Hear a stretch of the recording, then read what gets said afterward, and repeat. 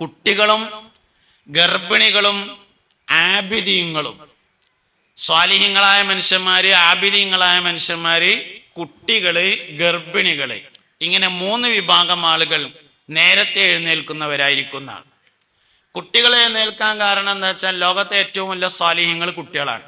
ദുആക്ക് ഇജാബത്തുള്ളവരാണ്, ഒരു തെറ്റുമില്ലാത്തവരാണ്, ഹിസാബില്ലാത്തവരാണ്, അസ്ഹാബുൽ അറാഫാണ്. അവർ വളരെ പ്രധാനപ്പെട്ടവരാണ്. അതുകൊണ്ടാണ് കുട്ടികൾ അവർ സ്വലാഹിയത്തിന്റെ അഹ്ലുകാരാണ്, നന്മയുടെ അഹ്ലുകാരാണ് എന്നതുകൊണ്ടാണ് കുട്ടികൾ ഉണരുന്നതിന്റെ കാരണം. ഗർഭിണികൾ നേരത്തെ ഉണരും. അതിന്റെ കാരണം പള്ളയിലുള്ള കുട്ടി തന്നെയാണ്. കുട്ടികൾക്ക് അള്ളാഹു നൽകിയിട്ടുള്ള സംരക്ഷണത്തിന്റെ ഭാഗമാണ് ഗർഭിണികൾ ഉണരുന്നത്. പിന്നെ ലോകത്തെ എല്ലാ സ്വാലിഹ്യങ്ങളും നേരത്തെ എഴുന്നേൽക്കും. സുബീന്റെ മുമ്പ് എഴുന്നേൽക്കാത്തൊരു ഔലിയപ്പാപ്പാനെ തെരഞ്ഞ കാണൂല. അങ്ങനെ ഒരു ഔലിയപ്പാപ്പ ഉണ്ടെങ്കിൽ അതൊട്ട് ഔലിയപ്പാപ്പട്ട അല്ലേനു. സുബീന്റെ മുമ്പ് എഴുന്നേൽക്കാത്ത ഒരു സ്വാലിഹായ മനുഷ്യൻ ഉണ്ടായിരിക്കില്ല. അതുകൊണ്ട് രാവിലെ നേരത്തെ എഴുന്നേൽക്കുക എന്നത് ശീലമാക്കണം. അതിന്റെ അനുബന്ധാണ് ഉദയത്തിന് മുമ്പ് ഉറങ്ങാതിരിക്കണം. മനുഷ്യന്റെ ബർക്കത്ത് നഷ്ടപ്പെടുത്തുന്ന കുറെ കാര്യങ്ങളുണ്ട്. നമുക്ക് കുറേ ഉണ്ട്, പക്ഷെ ഉള്ളതിനൊരു ബർക്കത്തും ഇല്ല. എന്താ കാരണം? മനുഷ്യന്റെ ബർക്കത്ത് നഷ്ടപ്പെടുത്തുന്ന പ്രധാനപ്പെട്ട ഒരു കാര്യമാണ് സുബഹി നിസ്കരിച്ചതിന് ശേഷം ഉദയത്തിന് മുമ്പ് ഉറങ്ങുക എന്നത്. ഗൾഫേർക്കൊക്കെ ഉള്ള വലിയൊരു ശീലാണത്. സുബഹിക്കരിച്ചുകൊണ്ട് അങ്ങനെ തന്നെ ഉറങ്ങാം, പക്ഷെ സൂര്യൻ ഉദിച്ചതിന് ശേഷം. സൂര്യൻ ഉറക്കം ആവശ്യമുണ്ടെങ്കിൽ ഉറങ്ങണതിന് കുഴപ്പമൊന്നുമില്ല. രാത്രി ഉറക്കം വെച്ച ആൾക്കാർക്ക് പ്രഭാതത്തിൽ പുലർച്ചെ ഉറങ്ങാം, പക്ഷെ അത് സൂര്യൻ ഉദിച്ചതിന് ശേഷമായിരിക്കണം. സൂര്യൻ ഉദിക്കുന്നതിന് മുമ്പ് ഒരാൾ ഉറങ്ങുക എന്നത് ജീവിതത്തിലെ ബറക്കത്തിനെ നഷ്ടപ്പെടുത്തും. അപ്പൊ രാവിലെ എഴുന്നേൽക്കുക എന്നതിന്റെ അനുബന്ധമാണ് സൂര്യൻ ഉദിക്കുന്നതിന് മുമ്പ് ഉറങ്ങാതിരിക്കുക എന്നത്. എത്ര നേരത്തെ ഉറങ്ങിയാലും അത്രയും നല്ലതാണ്, ഒരു കുഴപ്പമില്ല. നമ്മൾ ചെയ്യാൻ എന്താ വെച്ചാൽ വളരെ നേരം വൈകി ഉറങ്ങിയിട്ട് നേരം വൈകി എഴുന്നേൽക്കും ചെയ്യും. ശരിക്കും നേരെ ഓപ്പോസിറ്റാണ് വേണ്ടത്. നേരത്തെ ഉറങ്ങി എത്ര നേരത്തെ എഴുന്നേറ്റാലും ഒരു കുഴപ്പമില്ല. അതുകൊണ്ട് നേരത്തെ എഴുന്നേൽക്കുന്ന ശീലം വ്യക്തിപരമായും കുടുംബപരമായും കൊണ്ടുവരണം. കുടുംബനായിട്ട് എങ്ങനെ കൊണ്ടുവരാന്ന് ചോദിച്ചു കഴിഞ്ഞാൽ, വാപ്പ അല്ലെങ്കിൽ വല്ലിപ്പ നീച്ചാൽ അപ്പ പെരത്തെ എല്ലാ ലൈറ്റും ഓണാക്കുക. അപ്പൊ പിന്നെ കുട്ടികൾ അങ്ങനെ ഓട്ടോമാറ്റിക്കായിട്ട് നീച്ച് ശീലമായിക്കോളും. നമ്മൾ ലൈറ്റ് ഓണാക്കാം മടിച്ചാല് അപ്പൊ നീച്ചല് അങ്ങനെ ബാക്കിലേക്കാവും. ആ മാസ്റ്റർ സ്വിച്ചാണ് ഇട്ടാൽ മതി, എന്നാൽ എല്ലാ ലൈറ്റാണ് കത്തിക്കോളും. അയിമ പിന്നെ കുറച്ച് കറണ്ടാണ് ചിലവ്, പോയി പണിയൊക്കട്ടെ എന്നൊക്കെ. അല്ലാതെ ഇപ്പൊ എന്താ രാവിലെ നേരത്തെ എഴുന്നേൽക്കുന്ന ശീലം. വിളിക്കാനൊക്കെ ചിലപ്പം പറ്റിക്കോളണമെന്നില്ല. മരക്കളൊക്കെ ആവുമ്പോൾ വിളിക്കലൊക്കെ ബുദ്ധിമുട്ടാവും. ലൈറ്റ് ഇട്ടാൽ ഇപ്പൊ തല്ലാൻ വരുമൊന്നുമില്ലല്ലോ, അതുകൊണ്ട് ലൈറ്റ് ഇടന്നെ. എല്ലാം എന്താട്ട് രാവിലെ എഴുന്നേൽക്കുന്ന ശീലം വീട്ടിൽ കൊണ്ടുവരിക എന്നുള്ളത് വീട്ടിൽ ബറക്കത്തുണ്ടാവാൻ പ്രധാനപ്പെട്ട കാര്യമാണ്. അപ്പൊ നേരത്തെ എഴുന്നേൽക്കുക എന്നതാണ്. 5ാമത്തെ കാര്യം, നമ്മളെ കൊണ്ട് ആർക്കും ഒരു ബുദ്ധിമുട്ടും ഇല്ലാതെ നോക്കുക എന്നുള്ളതാണ്. ലോകത്ത് ആരെക്കൊണ്ടും ആർക്കും ഒരു ബുദ്ധിമുട്ടുണ്ടായിരുത് എന്ന് കരുതിയാലൊന്നും നടക്കൂല. അത് നമ്മൾ കരുതിയിട്ട് കാര്യമില്ലല്ലോ. നമ്മളെ കൊണ്ടൊരു മനുഷ്യന് ഒരു ബുദ്ധിമുട്ടും ഇല്ലാതിരിക്കുക എന്നതാണ്. വാക്കാലോ പ്രവർത്തിയാലോ നമ്മളെ കൊണ്ട് ആർക്കും ഒരു ബുദ്ധിമുട്ടും ഇല്ലാതിരിക്കുക. നമ്മളെ കൊണ്ടൊരാൾക്ക് ബുദ്ധിമുട്ട് ഉണ്ടാകുക എപ്പോഴാ? ഒന്ന് ദേഷ്യം വന്നാലാണ്. മനുഷ്യന് 20 അടിസ്ഥാന സ്വഭാവങ്ങൾ ഉണ്ട് എന്ന് ഹുജ്ജത്തുൽ ഇസ്ലാം അബൂ ഹാമിദ് അൽ ഗസാലി റളിയല്ലാഹു അൻഹു പറഞ്ഞിട്ടുണ്ട്. 20 അടിസ്ഥാന ഗുണങ്ങൾ മനുഷ്യന്, 20 അടിസ്ഥാന സ്വഭാവങ്ങളുണ്ട്.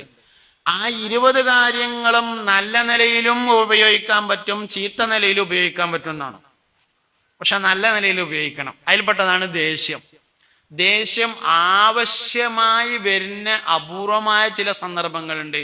അതിനാണ് വൽ ബുഗ്ളു ഫില്ലാ, അള്ളാഹുവിന്റെ മാർഗത്തിൽ ദേഷ്യപ്പെടുക എന്ന് പറഞ്ഞത്. ഉദാഹരണമായിട്ട് ഒരു യുദ്ധം നടക്കാന്ന് വിചാരിക്കുക. ഒരാളെ വെട്ടാൻ പോവുകയാണ്. ഇങ്ങനെ പോയപ്പോ ആ വെട്ട് നടക്കൂലല്ലോ. അതിന്റെ ഒരു ഉഷറൊക്കെ അതിന് വേണം, അപ്പോഴെല്ലാം വെട്ട് നടക്കുള്ളൂ. അപ്പൊ ദേഷ്യം ചില സമയത്ത് ആവശ്യമുണ്ട്. അതിനാണ് അള്ളാഹുവിന്റെ മാർഗത്തിൽ ഇഷ്ടപ്പെടുക, അള്ളാഹുവിന്റെ മാർഗത്തിൽ ദേഷ്യപ്പെടുക എന്ന് പറഞ്ഞിട്ടുള്ളത്. പക്ഷെ പലപ്പോഴും നമ്മുടെ ദേഷ്യം അള്ളാഹുവിന്റെ മാർഗത്തിലല്ല, ദേഷ്യപ്പെട്ടിട്ട് പിന്നെ അള്ളാഹിന്റെ മാർഗത്തിലാണെന്ന് വരുത്തി തീർക്കുകയാണ് ചെയ്യുന്നത്. അതുകൊണ്ട് കാര്യമില്ല. ആദ്യം തന്നെ അങ്ങനെ ആയിരിക്കണം. ഒരിക്കലെയും നബി സല്ലല്ലാഹു അലൈഹി വസല്ലമയുടെ ഹദറത്തിൽ മലമ്പ്രദേശത്ത് താമസിക്കുന്ന ഒരു സ്വഹാബി വന്നു. ഇസ്ലാം സ്വീകരിച്ച ആളാണ്. ആടിനെ നോക്കി മലയുടെ താഴ്വാരത്ത് താമസിച്ചിരുന്ന ഒരാളാണ്. മുത്തുനബിയുടെ ഹദറത്തിൽ വന്ന സദസ്സിൽ കുറെ സമയം ഇരുന്നതിന് ശേഷം പോകാൻ സമയത്ത് അയാൾ നബി തങ്ങളോട് ഒരു ചോദ്യം ചോദിച്ചു. അള്ളാഹുവിന്റെ റസൂലേ, ഇസ്ലാം ദീന് പറഞ്ഞപ്പോ എന്താന്ന് ചോദിച്ചു. മുസ്ലിമായ ആൾ തന്നെയാണ്. പിന്നെ ഇപ്പം എന്താ ചോദ്യം എന്ന് ചോദിച്ചാൽ അതിൻ്റെ മൂപ്പർക്ക് എന്താണ് ഉദ്ദേശം എന്താ വെച്ചാൽ ഒന്നിങ്ങനെ എപ്പോഴും വരാൻ കഴിയൂല, കുറേ ആടുകളൊക്കെ ഉള്ളതാണ്, നോക്കാരയിൽ ഏൽപ്പിച്ചിട്ട് വേണം പോരണമെങ്കിൽ. അപ്പൊ അതുകൊണ്ട് ഒന്ന് ആറ്റിക്കുറുക്കിയിട്ട് ഒന്ന് പറഞ്ഞു തരീന്നാണ് ഇപ്പൊ ആ ചോദ്യത്തിന്റെ ഉത്തരം. പിന്നെ വേറെ ഒന്നുണ്ട്, നാട്ടിൽ ചെന്നിട്ട് ആൾക്കാർക്ക് പറഞ്ഞു കൊടുക്കാൻ പറ്റുന്ന രൂപത്തിൽ ഇസ്ലാം ദീനിനൊന്ന് പരിചയപ്പെടുത്തി തരണം എന്നാണ് ചോദ്യം. നബി സല്ലല്ലാഹു അലൈഹി വസല്ലം തങ്ങൾ അതിന് മറുപടി പറഞ്ഞു, അദ്ദീനു ഹുസ്നുൽ ഖുലുഖ്, ഇസ്ലാം ദീൻ പറഞ്ഞാൽ സൽസ്വഭാവമാണ് എന്ന് പറഞ്ഞു.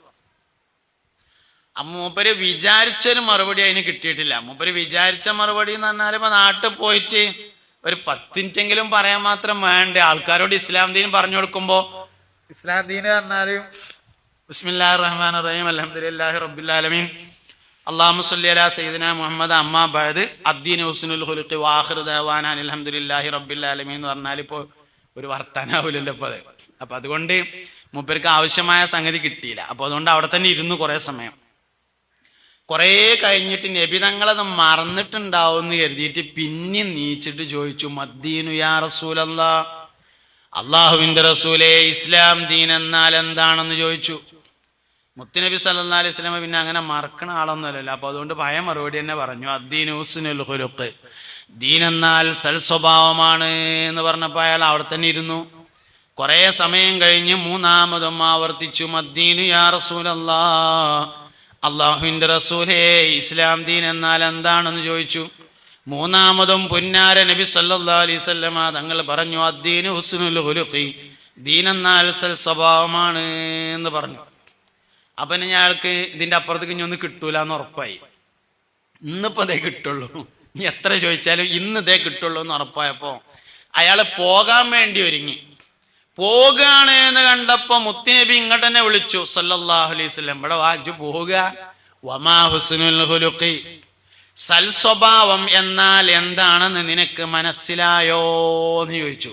ഇസ്ലാം ദീന് പറഞ്ഞാൽ സൽസ്വഭാവമാണ്. സൽസ്വഭാവം എന്ന് പറഞ്ഞാൽ എന്താണോ എന്ന് മനസ്സിലായോ എന്ന് ചോദിച്ചപ്പോ പറഞ്ഞു, അല്ലാഹു റസൂലു ആലം, അള്ളാഹുവിനും അവന്റെ റസൂലിനും അറിയാം എന്ന് പറഞ്ഞു. ലാ തഗ്ലബ് അഹദ, നിനക്ക് ആരോടും ദേഷ്യം വരാതിരിക്കുന്നതിന്റെ പേരാണ് സൽസ്വഭാവം. നമ്മളെ നാടൻ മലയാളത്തിൽ പറഞ്ഞാൽ അനക്ക് ഈറ പിടിച്ചാതിരിക്കണേനാണ് സൽസ്വഭാവം എന്ന് പറഞ്ഞത്. നമ്മളെ പറ്റി ഒന്ന് ആലോചിക്കാം. സ്വാഭാവികമായിട്ടും അവസാനത്തെ പത്തേക്ക് കിടന്നാൽ ഈറ കൂടും, അങ്ങനെയാണ്. അവസാനത്തെ പത്തേക്ക് റമദാൻ പകുതി കഴിഞ്ഞ് അവസാനത്തേക്ക് വെച്ചാൽ പിന്നെ ദേഷ്യം ഇങ്ങനെ കൂടി വരിക. പിന്നെ കണ്ടതിനൊക്കെ ദേഷ്യം. ഫാൻ ഇട്ടാലും പറ്റൂല, ഫാൻ ഇട്ടില്ലെങ്കിൽ പറ്റൂല, എ സി ഇട്ടാൽ പറ്റൂല, എ സി ഇട്ടില്ലെങ്കിൽ പറ്റൂല, ചായയിൽ ചൂട് ഏറിയാൽ പറ്റൂല, ചൂട് കുറഞ്ഞാൽ പറ്റൂല, കറിയിൽ ഇപ്പ് ഏറിയാൽ പറ്റൂല. ഇങ്ങനെ എല്ലാവരും അവനെ പറ്റി ആലോചിക്കാം. നമുക്ക് ഈറ പിടിച്ചിട്ടുണ്ടോ? നമ്മൾ സൽസ്വഭാവിയല്ല.